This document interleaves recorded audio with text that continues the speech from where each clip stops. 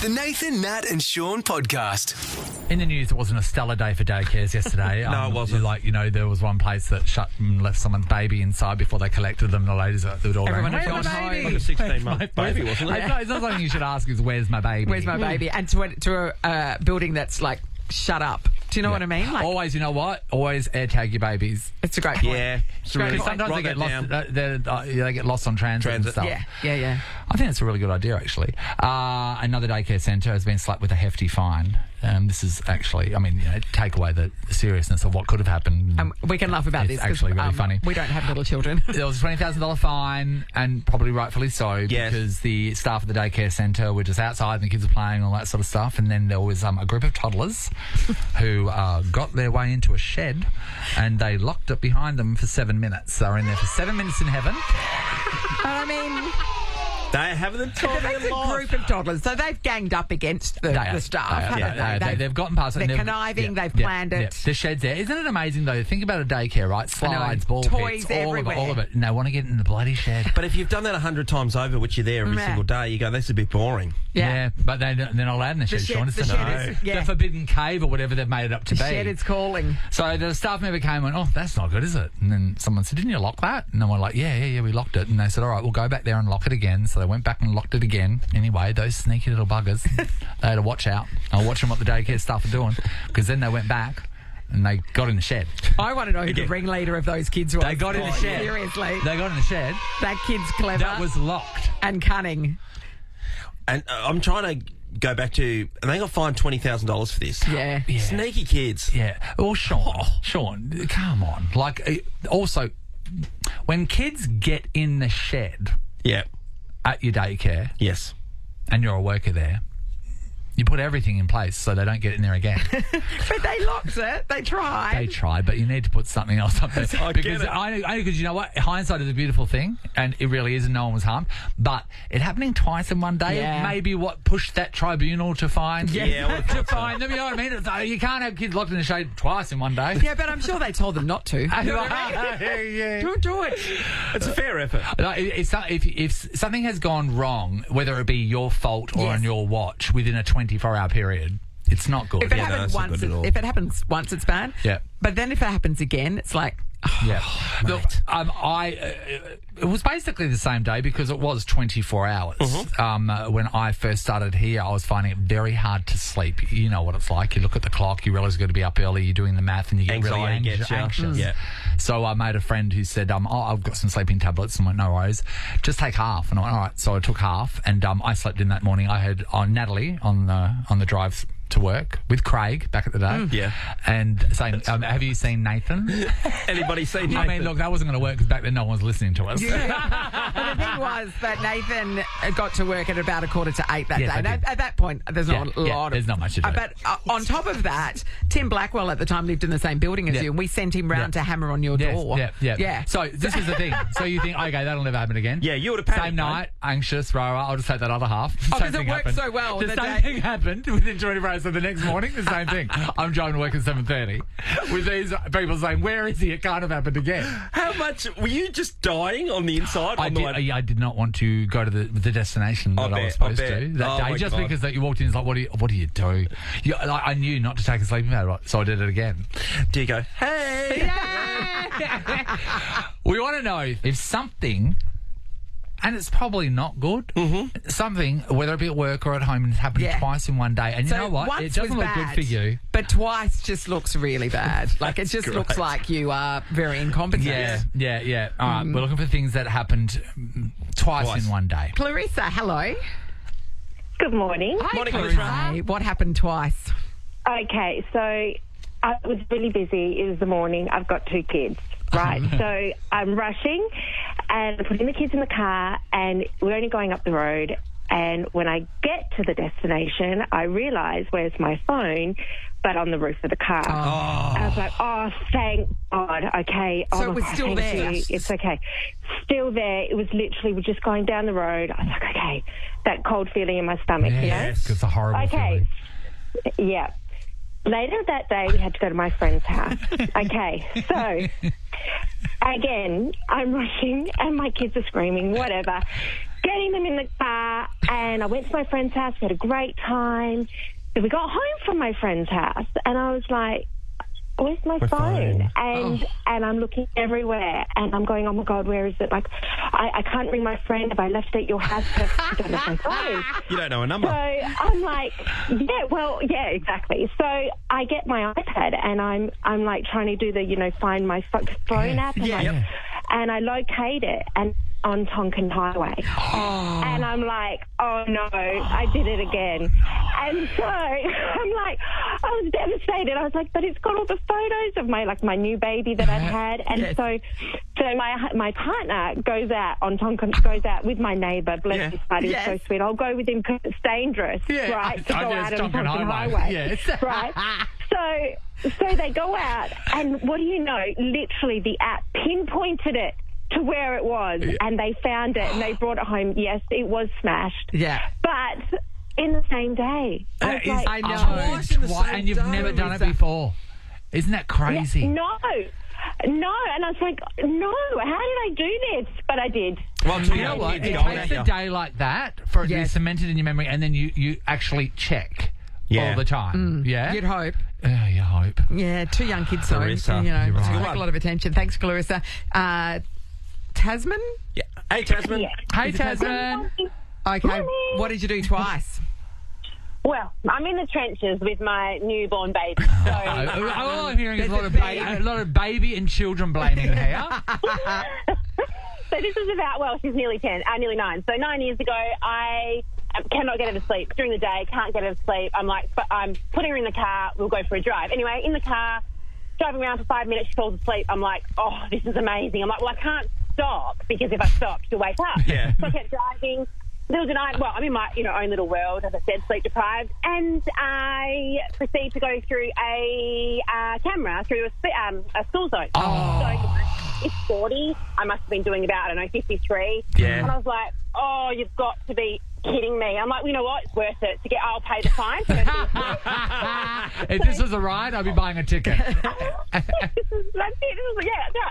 should have actually put her in an Uber and just pay for the Uber. They could have driven her around. So, that's so funny. What, just have an Uber pop up and put baby in and take him out for 20 minutes? So then I'm like, oh, I'm going to keep driving. Like, it's all good. So I'm driving around, can't stop. I go through the same doing 52 again. I was like, you have... And then I started crying. Like, because that's demerit points as well. Yeah, so like and I'm, in my head, as I'm driving, I'm like, nah, I'm gonna write a letter and I'll tell them what's happened. I'll take that's going to work. 2 weeks later, the postie comes, my name on one envelope. Next day, another envelope. So I got 2 signed. Most expensive sleep ever. I should have put her in a hotel. Yeah, you should have. Exactly. Would have got her a nice Airbnb for that. Exactly. That is so funny. Tasman, that is heartbreaking. Thank you. Jenna's in Morley. Hello. Hello, how are you? Hi, Jenna, we're hearing a lot of heartbreaking stories. Jenna, did you do the same stupid thing twice? I did it more than that, but I have actually a better story than that. I got hit in the face twice in one game with a soccer ball sitting on the sideline by 2 different players. Falcon! I was wearing like glasses at the time, and the total of my glasses, they did not make the game. And my parents were not happy with me. So you're a kid. You're on the sideline waiting for your game. I'm in like year 8, year 9 high school doing soccer at sport, and literally on the sideline waiting for my turn, and it was 2 different players just like so happened to hit me out of nowhere. In the space of what? In the space of what? Just the one period of like learning soccer. Yeah, and let me get it straight. Let me get it straight. So amazingly, 2 different kids kick the ball into your face. You get home and your parents tell you off for your glasses breaking. 100%. The glasses thing, I didn't want to go into it. My parents, I fell asleep with them. I stood on them. I did all sorts. So that was just like. Yeah, Jenna, I'm sure that's really what happened. Oh, yeah. No one will believe you. Twice, yeah, sure. That's never going to fly with us. That is heartbreaking. Thank you. Hi, Hayley. Hi, how you going? Yeah, good, mate. We're talking about things that unbelievably happened twice in one day. What happened? So, my parents had just moved into their brand new house, and I was a P plater. And I was heading out to school, and I've reversed out and taken the garage door with me. Yeah. Oh, so it just you didn't open it at all? I thought it was, but clearly it wasn't cleared up the top. And how could you tell? But, turning around. But anyway. Yeah, rearview mirror. We've all been kid drivers. I think the thump gave it away as well. Yes. Oh. And then, so they got it all fixed, and then I've jumped back in the car, and Mum's out the front to make sure I haven't done anything, and I've taken it with me again. Oh, yeah. Immediately She would have afterwards. got. If my father was there, I would have been How amazing. smacked into another dimension. And then I opened the door in panic, and my door got wedged as well, right where the railing was. So I've done my car door, the hinge, the garage, and the hinges on the garage door. that's the So worst. the first time they happened, right? Your parents were like, this is ridiculous. Right, they're Yeah. out there checking the damage. The second time you did it, but you did it worse. Yeah. Dad's gone, what was that noise? And Mum's there yelled out. She's gone, she's done it again. I know the feeling. That's the worst. Good work, Hayley. Thank you. Shana's in Wembley Downs. Hello. Hi, guys. Hey, Hi, Shana. Okay, what happened twice? So, at Rottnest, favourite place, loving life on holidays, sitting out the front of the bungalow in the sun. Seagull comes, poos on my T-shirt. Oh. Like, gross. Go inside, put a fresh one on, come out, haven't even sat down, pooed on it again. So, do you think it was the same seagull that was just targeting you, or or they were daring one another to do it? What do you reckon? Totally out for me. Yeah, you know what they're Yeah. like. They No, just no, congregate vindictive. together. There are She certain didn't give us a things- chip. Let's get her. There are certain things that aren't your fault, right? But like you look at it like your fault. Yeah. And it's like when you're down the beach or something like that, and then there's flies around you, and you think, Yeah. people think I stink. Yeah. Yes. When a bird repeatedly chooses you to Yeah. shit on. And I also- don't know what it's saying about you, but it's not saying something good. And the other thing is, like, you're away on holidays. It's not like you take an endless supply of T-shirts. No, so you're going particularly at through them Yeah. pretty fast, aren't you? Oh, Amazing. God. Thanks, Shana. Oh, Great they were stories, great. everyone. Loved every So one of them. You funny. can guarantee they'll be in our podcast and probably reheated the way things are going. They were The brilliant. way things are going. Yeah, Harry's give us a nod of approval. Yeah, I can do that. Can I just say, everyone, there's not a panel of people that says yes to things being repeated. Do we get the okay from the 12? Things are going that way. Nathan, Nat, and Sean podcast. Time to talk to a man who has written just a lazy 33 books. Oh, yeah. Including it sold millions of the Treehouse series, but he's stepping away from the Treehouse. Yep. There's too many stories in the Treehouse. It's now the land of lost things. Andy Griffiths, hello. Hey, Andy. Hello. Andy. How are you? So I'm Andy. thinking, Andy, that you would have enough books now where at a bookstore you would have your own, Section. well, a whole book shelving system, Sean. That must be a proud Well, moment. I'm aiming for the whole bookshop. A whole bookshop. Imagine it, just Andy Griffiths, and you're Yeah, just sitting yeah. there constantly signing them with no choice. Oh, no, actually, no, I don't want that. Got that. Hey, Andy, what we love about your books, and you'll find them in every household anyway, kids will bring them home for sure, is that it's very similar to our show. The level of fart humour, probably lowbrow is where I probably step into most days, where the kids just absolutely think it's the funniest thing in the world. Smells, the like. Well, absolutely, and I explored that with The Day My Bum Went Psycho. Yeah, that's the one. And the essential sequel, Zombie Bums from Uranus. Yes. And I kind of... There was a little cost for that. Kind of people thought I was all about poo and bum. Yeah. And so that's why I adapted Macbeth for the Bell Shakespeare Company. Okay, right. Just to launder my name a little. Did Macbeth bum go psycho? No, it didn't. But Shakespeare himself was not afraid to get down and dirty with Midsummer Night's Dream and the character Bottom. Yes, You know, of he course. invented Bottom. Yeah. Sean knows. Andy, when you're so I was reading that so you start off as an English teacher, right? So kids weren't getting into reading, blah blah blah. You've decided to start doing your own little stuff to encourage them or get them to enjoy the humour of it all.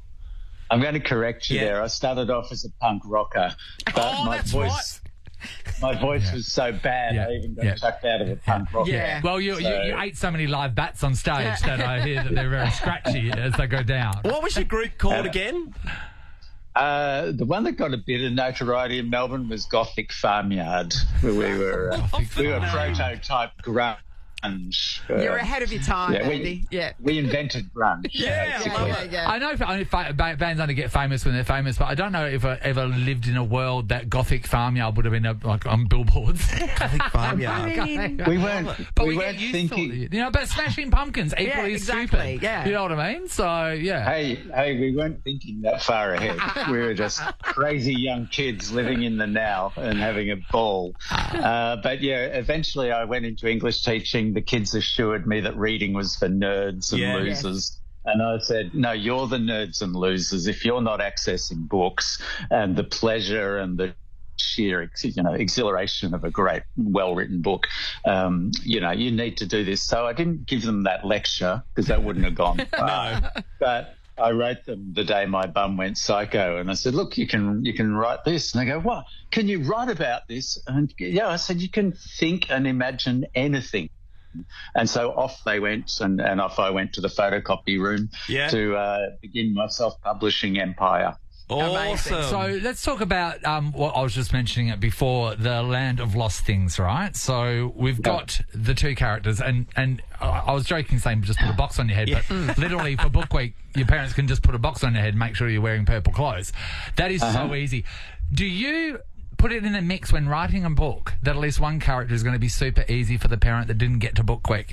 So in the next book, am I wondering, is there just going to be someone that has a mop on their head so the parents can quickly just unscrew the mop head and just whack it on their kid's head? Do you pledge to do that for all books? That is absolutely baked into the design of this book. I'm a parent myself. And Book Week filled me with horror because I'm not handy in that respect. But when I was working with Bill, the illustrator, I said, these characters are going to have a box on their head and it will have like flip-flops sticking out like antennas, or it could have a brush, like it can have a mop. Yeah. Any random object from around your kitchen could be stuck in the box. Book Week sorted, and that's my gift to the parents of Australia. That is a great service, Andy. Yeah. Could you even take it a step further? Could you, on the way home today or whatever, could you stop off at a servo and see what's available from there, create a book character from that, so then the parents that forget so much to the point where they're doing it on the way to school, they can quickly sneak in. Handyman. You just put chocolate bars on your head. It's just like a series of phone cards. What did your kids dress up as for Book Week? I take it they would never have gone as one of Dad's characters, surely. You're absolutely correct. I didn't write proper books. Okay. In fact, I caught my daughter once writing a letter to J.K. Rowling saying, betrayal. Dear I caught it. Dear J.K. Rowling, I like your books much better than my dad's. But I'm super successful too. That's what you say. Cut her out of the will. She owns castles and stuff, though. Hey, Andy, can I ask you, when you started coming up with your series to kick things off, did you ever think you'd actually get a buck out of it? I mean, we're years and years and years down the track. Especially with not a celebrity name attached to it. Because right now, if you're a celebrity in Australia, you can make a children's book and it'll sell through the hilt. So it'll sell a certain amount of copies. Yeah, but no, I didn't think I'd get anything because I was trying to be a proper writer. There's a sort of strain of nonsense in my work that is now very well known, but at the time it felt like a liability, and I was trying so hard to be proper, but this insane idiot kept bursting through the pen and onto the page, and in the end I went, I just got to give the pen to this guy, and I'll probably die in a rented room with 100 unpublished manuscripts, and then they'll see what a genius I was. You'll have a box on your head. I'll be in the box. They'll go, this guy really had a great sense of humour. But I think it was a good thing because kids. I wasn't trying to be funny with the kids. The writing was funny, and the kids are always trying to figure you out. Are you a tryhard? So it was a good commercial decision, but it felt like the opposite. Yeah, I bet. It's really putting yourself out there. We actually spoke to someone who put out a kid's book just recently. We interviewed them. I'll leave all the other details out of it, but when we're having a look, Was it J.K. Rowling? very similar. It seemed really busy and maybe too much information that you would drop off. Oh, that Yeah. one. So yeah, It was a lot. Yeah, and I'm wondering how you kind of put it together where you know, Or that you're hitting Without the your right over- age Do you know group. what it was, Sean? and you're not overdoing it. When you looked at it, it didn't look fun. Yes, that's a good It point. looked like work. Yeah. Well, I have a secret weapon there, and that's my wife. She's called Jill, who is a professional editor. Wow. And she lets me know in no uncertain terms when something's not fun or it's too many words. And we do spend a year writing a single book. Yeah, right. To address exactly the problem that you're talking about, because kids don't need much information. You can just throw a few small details, and their imaginations are already running ahead of you. So, yeah, Living with someone Let's- that you let edit you, does she edit you in life as well? Like when you're talking, and then also when you're getting dressed, like, oh, take that off, change Yeah. that. Cut that story down. She'll pick me up on talking. She'll say Word "That's economy." not that." Get to the point. Yeah. Yeah. And I'll say, can we just focus on the issue, please? Then she puts a box on her head and walks off. Yeah. That's right. And well, it must No, be- actually, I'm the one with the box. Yeah. I can't hear her anymore. that's Sean, right. we're going to get you a box. That's exactly yeah, right. that's a great idea. And Like your own room. It's a pleasure to catch up with you. Adventures Unlimited, The Land of Lost Things. So Adventures Unlimited is now the new series that you're focusing on, that we can expect another 33 books in this series. Is that how it's going to go? Hey, there were only 13 in the Treehouse series. Come on, I'm not a hack. No, but this one has a secret weapon. The main characters are me, because I'm always in my books, and you, the reader. So the reader that's literally the name of the other character. Oh, you. wow. Oh, that's So, great. So, Sean, you're at the TAB, I'm guessing, Yes. in this book. Very busy at the Purple Shop. Check it out, everybody, at The Land of Thank Lost you. Things. Thanks for talking to us, Andy, and happy book week. Yeah, good on you, Andy. Thank you very much. Cheers, thank you. Happy book week to you too. Thank you. It's the Nathan, Nat, and Sean podcast. It's a special day today, everybody. No, it isn't, Jen. Marlene's birthday. Happy birthday, Marlene. Remember well done. when you forgot, Nathan? Yeah, I would never forget. You know what? wanna I forgot survive. that years in a row. Yeah. Years in a row. 20th of August, Marlene Yes. Morris was born. How old is she today? She is 36 years young. That's a lie. You can tell I do veggie maths. I was thinking of a way to celebrate Mum, and I was looking at some songs last night. I thought, okay, is there some songs with Marlene? I thought this guy, the guy that sings your name over Yeah. and over and Yeah, over that'll be again, it. That'll be he'll the have one. it. That'll be it. Can I tell you, there are people out there penning songs about Marlene. Harry, can we have the next Marlene hit, please? Hit might be a loose term. This is called Marlene. Yeah, this is called Marlene. This is, I think, from Todd. Todd Rundgren. Todd. Yep. And let's play the next Marlene hit. Marlene, Marlene, Oh, don't mind the voice. when you call my name. John Hyatt. It's called Marlene. Marlene, Marlene, Okay. This one should be called Marlene. like the summer rain. You haven't got another one, have you? Yeah. This one here, I didn't even realise was about Marlene, and it's a well-known hit. It's called Marlene on the Wall. Yeah, Marlena. Yeah, but it's spelled Marlene. They pronounce it differently. Yes, it's about Marlene. This is Suzanne Vega. Yeah. Okay. So anyway, we live in a world where people are out there writing songs about Marlene. Take a good, long, hard look at yourself. And if you needed to, you could make Jolene about Marlene. Do you know what We I mean? can. Add a And push. you know what? We will by tomorrow. Zach, get on it. No. Wonder if Dad's been down to the service station or Coles Yeah, to buy for Mum her Marlene's birthday coffee. Birthday coffee. In which she buys her two when the machine's broken and it's spitting out free ones, and then Mum just puts the other one in the fridge and microwaves it a little bit later on. That's the life she's living. That's the life she said yes to. She's a well. When she kept said I woman, do, isn't she didn't say I do to that. What did she say I do to? Well, I know. What do you The think our situation in hopes front of and her wasn't dreams were? helpful. And there wasn't, too many options. Oh, happy birthday, Marlene. Yeah. Happy Marlene, birthday, what a day. Marlene. I Oh, love Nate, you. what are you doing? Are you taking her for lunch or going to see him? Obviously. Are you buying her a present that she won't use and it'll make her cry? Yeah, that was. She still doesn't use that. I bought many years ago. I went to Harvey Norman and I bought Mum a robotic vacuum cleaner, which she said, "Oh my God!" In her mind, Yeah. that was It was the dream. That was the thing. So I bought it for her, and then we got probably when you walk out of the electrical bit in Osborne Park, because we'll see my friend Yep. Claire there. Then you go to we didn't get past the carpet bit where Mum broke down in tears, and it looked like I'd done something horrendous to her, and she just was so. And the only time I've seen that reaction of her was when we're about to go to the Louvre in Paris, That's right. and Mum caught herself and started crying because she couldn't believe where she was. Yes. That was the same feeling she had about a robotic vacuum cleaner. In Osborne Park. Anyway, long story short, it's plugged in. It's underneath the bloody heater thing, the wall heater. Yeah. It's never gone 5 centimetres on the lap of the house. It's covered in dirt. It's covered in dust. The vacuum Did she cleaner is take it covered out in of the dust. box, though? It's out of the box. Well, she's better than you with it's most out of your the box. appliances. Yeah, it's out of the box. Because it's never even gone a centimetre forward. Oh, my God. And the funniest thing is the irony of it being covered in dust. Hello, Ross. Does she have a normal vacuum she uses as well? Yes. What does she vacuum with? They have a Dyson ball one as well. I gave them my old ball one when I bought a stick. You know, I have no idea what that means. It's a ball, the one that connected with a cord, the big Like sort of a units, barrel, like a the barrel old one. school barrel. Yeah, versus the stick one. Because us younger people, Know your Ross, as you know, Dysons, mate. as Come you know, on, Ross. us young Lift. people, we don't have time for corded vacuum cleaners. The youth are sticks because we've got TikTok videos to make. Got dance to learn. All right, on that note. Nathan, Nat and Sean is a Nova podcast. For more great comedy shows like this, head to novapodcasts.com.au. Nova.